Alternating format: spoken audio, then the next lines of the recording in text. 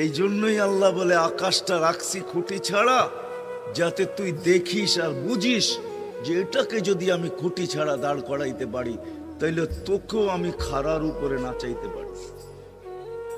তোর বাবা দরকার ছিল বিশাল সূর্যটাকে যদি আমি মহাশূন্যের ভিতরে রাইখা যদি আমি এটাকে ঘন্টায় 6 লক্ষ কিলোমিটার বেগে যদি দৌড়াইতে পারি, যেটা তোদের দুনিয়ার থেকে 13 লক্ষ গুণ বড়, আমি আল্লাহ যদি এটা পারি, তাহলে তোর মতো 3.5 একটা মানুষ, 6 ফিট 6.5 ফিটের একটা মানুষকেও আমি বাধ্য করতে পারি।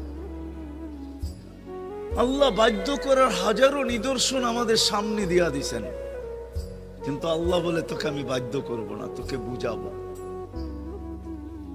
বিদায় আল্লাহ বুঝাইতেছেন আমাদেরকে।